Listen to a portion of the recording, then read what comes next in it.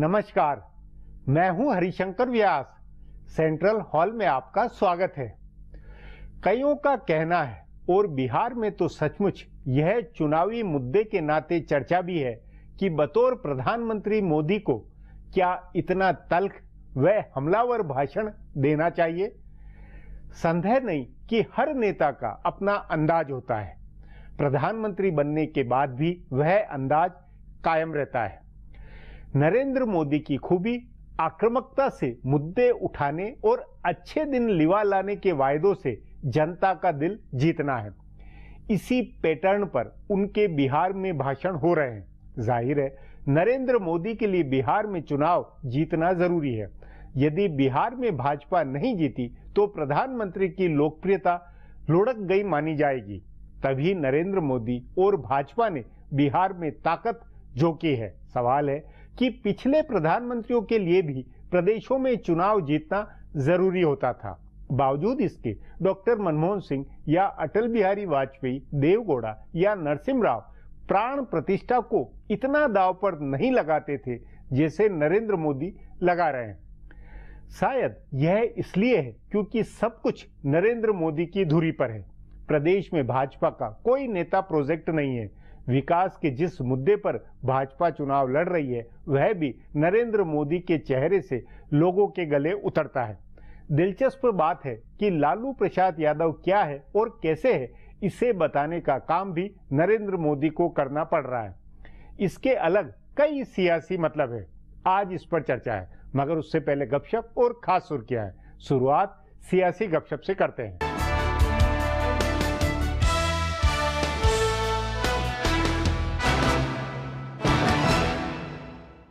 मजलिस-ए-इत्तेहाद-उल-मुसलमीन के नेता असदुद्दीन ओवैसी अपनी राजनीति खुद कर रही हैं या किसी के इशारे पर कर रही हैं? ये लाख टके का सवाल है। एनसीपी के नेता शरद पवार ने ये सवाल उठाया है। उन्होंने पूछा है कि ओवैसी अपनी पार्टी को मजबूत करना चाह रही हैं या किसी के इशारे पर यहाँ वहाँ चुनाव लड़ रही हैं। असल में ओवैसी की राजनीति से पवार बहुत प्रभावित हुए हैं। महाराष्ट्र के चुनाव में उन्होंने कई जगह पवार की पार्टी को नुकसान पहुँचाया। तब से वे इशारों में ये बात कर रहे हैं कि ओवैसी भाजपा के इशारे पर राजनीति कर रहे हैं। पवार के बाद ओवैसी का दूसरा शिकार कांग्रेस पार्टी है। कर्नाटक के कांग्रेस सरकार ने ओवैसी के बेंगलुरु में घुसने पर पाबंदी लगा रखी है, लेकिन उन्होंने बेंगलुरु में अभी होने वाले नगर निगम चुनाव में 29 सीटों पर लड़ने का फैसला किया है। इससे कांग्रेस नेताओं की नींद उड़ी है। बेंगलुरु नगर निगम का चुनाव उसके लिए बहुत अहम है। ओवैसी के लड़ने से भाजपा को निश्चित फायदा होगा। इसी तरह बिहार के किशनगंज में ओवैसी की जनसभा के बाद राजद, जदयू और कांग्रेस के नेता परेशान हुए हैं। उन्होंने कहना शुरू किया है कि भाजपा के इशारे पर ओवैसी सीमांचल के इलाके में 25 उम्मीदवार उतारने की बात कर रही हैं, पर उनके ऊपर इन बातों का असर नहीं है। वे उत्तर प्रदेश में भी तैयारी कर रहे हैं। वहां उन्होंने आजमगढ़ में गांव भी गोद लिया है और 2017 के चुनाव की तैयारी अभी से शुरू कर दी है।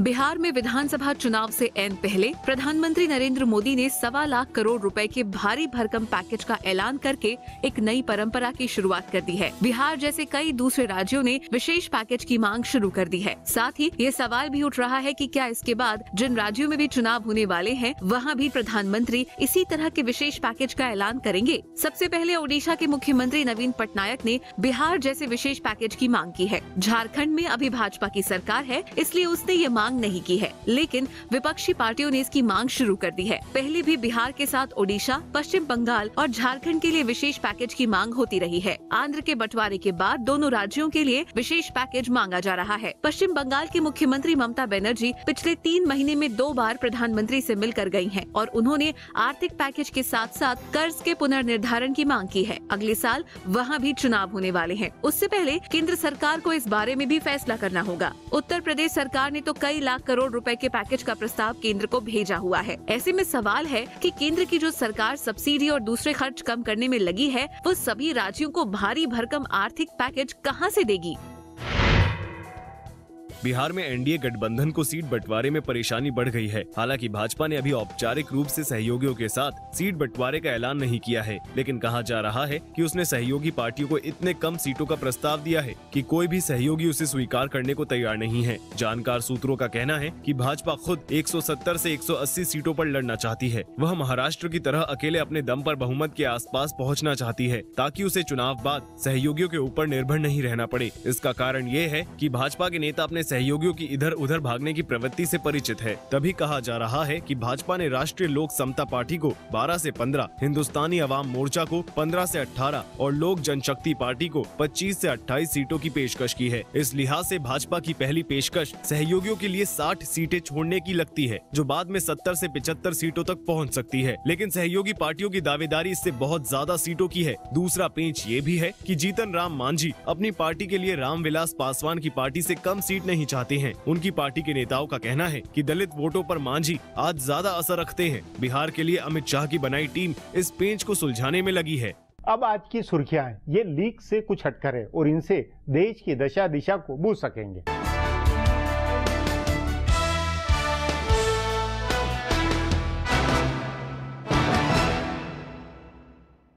कांग्रेस उपाध्यक्ष राहुल गांधी ने पुणे के फिल्म और टेलीविजन संस्थान के छात्रों की गिरफ्तारी को लेकर प्रधानमंत्री नरेंद्र मोदी को निशाना बनाया है। राहुल गांधी ने ट्वीट करके कहा कि हमारे छात्र अपराधी नहीं है मोदी जी। राहुल ने मोदी के अच्छे दिन के नारे का भी मजाक उड़ाया है। उन्होंने अपने ट्वीट में लिखा है कि चुप्पी, गिरफ्तारी और निलंबन यही मोदी के अच्छे दिन का मंत्र है। राहुल गांधी ने कहा है कि पुणे फिल्म संस्थान के छात्रों की गिरफ्तारी से ये बात सही साबित होती है कि नरेंद्र मोदी की सरकार को विरोध पसंद नहीं है। गौरतलब है कि FTII में चेयरमैन के रूप में गजेंद्र चौहान की नियुक्ति के खिलाफ संस्थान के छात्र पिछले करीब 3 महीने से आंदोलन कर रहे हैं। कल रात इन आंदोलनकारी छात्रों में 5 को गिरफ्तार किया गया। हाल ही में फिल्म संस्थान के निदेशक नियुक्त किए गए प्रशांत पटराबे ने छात्रों की गिरफ्तारी को जायज ठहराते हुए कहा कि आंदोलनकारी छात्रों ने उनको अपमानित और प्रताड़ित किया। समाजवादी पार्टी के मुखिया महिलाओं के प्रति होने वाले अपराध के प्रति अपने असंवेदनशील बयान के कारण एक बार फिर विवाद में है। इस बार उन्होंने कहा कि 4 लोग किसी महिला का बलात्कार कैसे कर सकते हैं। उन्होंने कल एक कार्यक्रम में कहा कि एक आदमी किसी महिला का बलात्कार कर सकता है, लेकिन मुकदमा 4 लोगों पर कर दिया जाता है। इससे पहले उन्होंने बलात्कार का बचाव करते हुए कहा था कि बच्चों से गलतियां हो जाती है। बहरहाल उनके ताजा बयान की कांग्रेस, भाजपा सहित सभी पार्टियों ने निंदा की है। कांग्रेस नेता शोभा ओझा ने कहा है कि मुलायम ने पहले भी इस तरह के बयान दिए थे और अब उन्होंने कहा कि सामूहिक बलात्कार संभव नहीं है। उनके इस तरह के बयान में अपराधियों का हौसला बढ़ता है। भाजपा की शाजिया इल्मी ने भी ट्वीट करके इसकी निंदा की है और कहा कि ऐसा लगता है कि मुलायम सिंह ने गैंग रेप के बारे में सुना ही नहीं है। पाकिस्तान ने फिर पिछले साल की कहानी दोहराई है। उसने भारत और पाकिस्तान के राष्ट्रीय सुरक्षा सलाहकारों की 23 अगस्त को होने वाली वार्ता से पहले जम्मू कश्मीर के अलगाववादी नेता को बातचीत के लिए बुलाया है। भारत में पाकिस्तान के उच्चायुक्त अब्दुल बासित ने हुर्रियत कॉन्फ्रेंस के नेताओं को बुलाया है। पिछले साल 20 अगस्त को दोनों देशों के बीच विदेश सचिव स्तर की वार्ता होने वाली थी। उससे ठीक पहले बासित ने हुर्रियत के नेताओं को बुलाया, जिसकी वजह से भारत ने वार्ता रद्द कर दी। इस बार कहा जा रहा है कि उन्होंने कट्टरपंथी नेता सैयद अली शाह गिलानी, हुर्रियत के अध्यक्ष मीर वाइस उमर फारूक, यासीन मलिक और नईम खान को बुलाया है। इन नेताओं को वार्ता के लिए आ रहे पाकिस्तानी प्रधानमंत्री के विदेश और सुरक्षा नीति के सलाहकार सरताज अजीज से मुलाकात के लिए बुलाया गया है। सरताज अजीज 23 अगस्त को भारत के राष्ट्रीय सुरक्षा सलाहकार अजीत डोवाल से वार्ता करने वाले हैं। इस वार्ता से पहले पाक ने हुर्रियत नेताओं को बुलाया है। दिल्ली के जंतर मंतर पर धरने पर बैठे पूर्व सैनिक एक रैंक एक पेंशन की योजना पर अमल की घोषणा के लिए 26 अगस्त तक इंतजार करेंगे। उसके बाद आंदोलन तेज किया जाएगा। गौरतलब है कि पूर्व सैनिक 1 रैंक 1 पेंशन के लिए 2 महीने से ज्यादा समय से धरने पर बैठे हैं। सोमवार को 2 सैनिकों ने बेमियादी भूख हड़ताल शुरू कर दी, जिसमें कल एक और पूर्व सैनिक शामिल हो गए। कल ही प्रधानमंत्री नरेंद्र मोदी के प्रधान सचिव नपेंद्र मिश्रा ने पूर्व सैनिकों से मुलाकात की और उनसे 10 दिन तक के लिए अनशन रोकने का अनुरोध किया। उसके बाद सैनिकों ने 26 अगस्त तक इंतजार करने का फैसला किया है। फिलहाल अब एक ब्रेक है, फिर खुलासा होगा।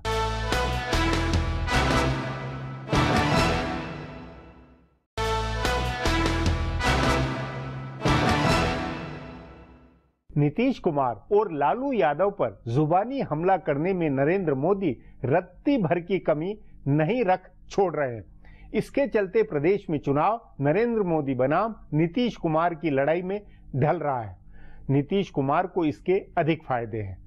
लालू यादव भी पूरी शिद्दत से नीतीश कुमार के पीछे खड़े हो गए हैं। इस पर आगे चर्चा करें, उससे पहले देखें मेरा ये खुलासा।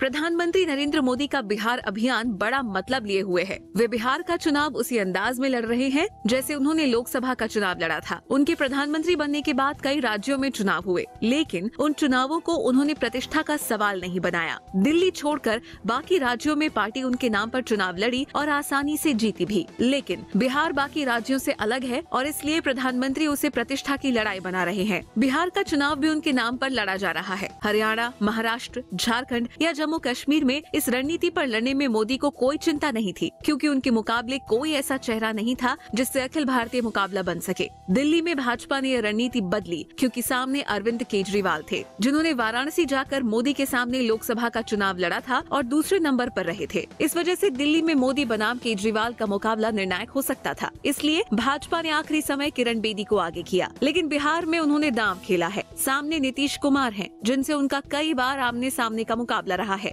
पिछले 10 साल में नीतीश की वजह से मोदी को कई बार अपमान के घूंट पीने पड़े हैं, लेकिन पिछले लोकसभा चुनाव में उन्होंने नीतीश की पार्टी को बुरी तरह पराजित किया। इस बार दूसरा राउंड है, जो दोनों नेताओं के लिए निर्णायक है। तभी मोदी न तो जुबानी हमले करने में कमी कर रहे हैं और न मतदाताओं को लुभाने के लिए बड़ी घोषणाओं में कोई कसर छोड़ रहे हैं। उन्होंने बिहार के लिए 1.25 लाख करोड़ रुपए के पैकेज का ऐलान किया है। इस पैकेज का ऐलान उन्होंने इस अंदाज में किया है जिसका आम बिहारियों के दिलो दिमाग पर गहरा असर हो। इसके अलावा पिछली 3 सभाओं में उन्होंने नीतीश कुमार और लालू प्रसाद पर निजी हमले किए। उन्होंने नीतीश के डीएनए में धोखेबाजी होने की बात कही तो लालू प्रसाद के चारा घोटाले में जेल जाने की भी याद दिलाई। आरा सहरसा की सभा में उन्होंने बिहार में जंगल राज की वापसी का डर भी दिखाया। इससे जाहिर हुआ कि बिहार का चुनाव जीतने के लिए प्रधानमंत्री नरेंद्र मोदी हर दांव आजमा रहे हैं, चाहे सामाजिक समीकरण बनाकर जातियों को साधना हो, या केंद्र सरकार का खजाना खोलना हो, या बिहार के क्षत्रपों को निशाना बनाना हो। वे हर काम कर रहे हैं। असल में पिछले 2 साल की भाजपा की सारी राजनीति नरेंद्र मोदी और अमित शाह के इर्द गिर्द सिमट गई है।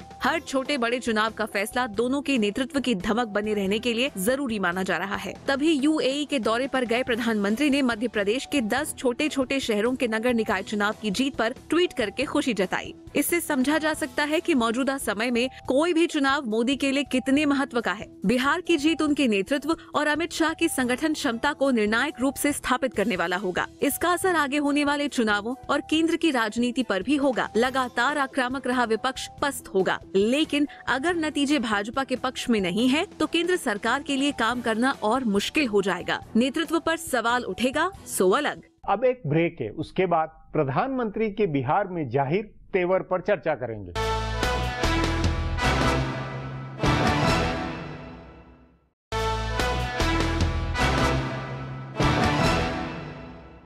भाजपा को संतोष है कि नरेंद्र मोदी के भाषण से बिहार में जंगल राज चुनावी मुद्दा बना है। दिक्कत यह है कि नीतीश कुमार के 10 साल राज में 7 साल भाजपा भागीदार थी। सो बिहार का विकास कम हुआ तो उसमें नीतीश और भाजपा अलायंस का भी हाथ था। इसलिए लालू के राज को मुद्दा बनाना नरेंद्र मोदी की आक्रामकता का अकेला ब्रह्मास्त्र है। इस पर चर्चा के लिए आज मेरे साथ वरिष्ठ पत्रकार अशोक टंडन है।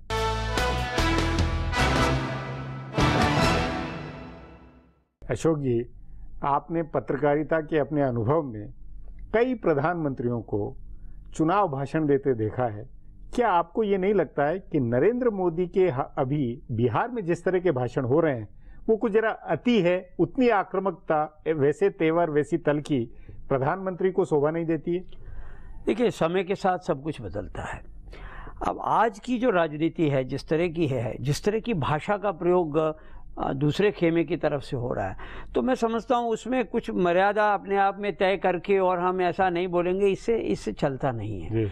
बिहार का जो चुनाव आने वाला है उसमें इतना ज़्यादा प्रतिष्ठा दांव पर लगी है, और विशेष तौर से जिस तरह से प्रधानमंत्री ने अपनी प्रतिष्ठा दांव पर लगाई है, तो ऐसे में अगर हल्ला पूरी तरह से नहीं बोला जाएगा तो कहीं ना कहीं किसी भी तरह से हल्ला बोलने में कमी रह जाएगी। देखिए, नीतीश और लालू के जो व्यंग्यबान है, जो भाषा का प्रयोग है प्रधानमंत्री के बारे में, वो भी कोई उस तरह का सभ्य नहीं है। तो उसमें अगर आप जवाब नहीं देते दिखाई देंगे तो लगेगा कहीं ना कहीं से आप ढीले पड़ रहे हैं। तो मैं समझता हूं कि समय के साथ साथ चुनाव अभियान की प्रक्रिया बदली है और भाषा बदली है। ये एक दौर है जो आप देखेंगे कि बिहार चुनाव के बाद समाप्त हो जाएगा, और बिहार के चुनाव अभियान में भी जिस प्रकार की भाषा का प्रयोग नरेंद्र मोदी के खिलाफ हो रहा है, तो उसका अगर वही जवाब नहीं पर यहाँ ये देखिए, डीएनए वाला मामला हो, ये जितनी बातें हैं, ये प्रधानमंत्री के भाषण के बाद में सिलसिला चालू ज्यादा हुआ नहीं। देखिए, नरेंद्र मोदी के बारे में नीतीश कुमार पिछले कई साल से पिछले लोग, तो वो जो एक कटुता सी बनी हुई है, और जिस तरह से चुनौती दी। पुराने अनुभव को भी से भी इसको तय हो रहे हैं। देखिए ये बातें राजनीति में भूली नहीं जाती। पटना की भाजपा कार्यकारिणी के समय नीतीश ने, आपको याद है कि नरेंद्र मोदी ने पटना में क्या कहा, आपने मेरे सामने से भोजन की थाली छीन ली।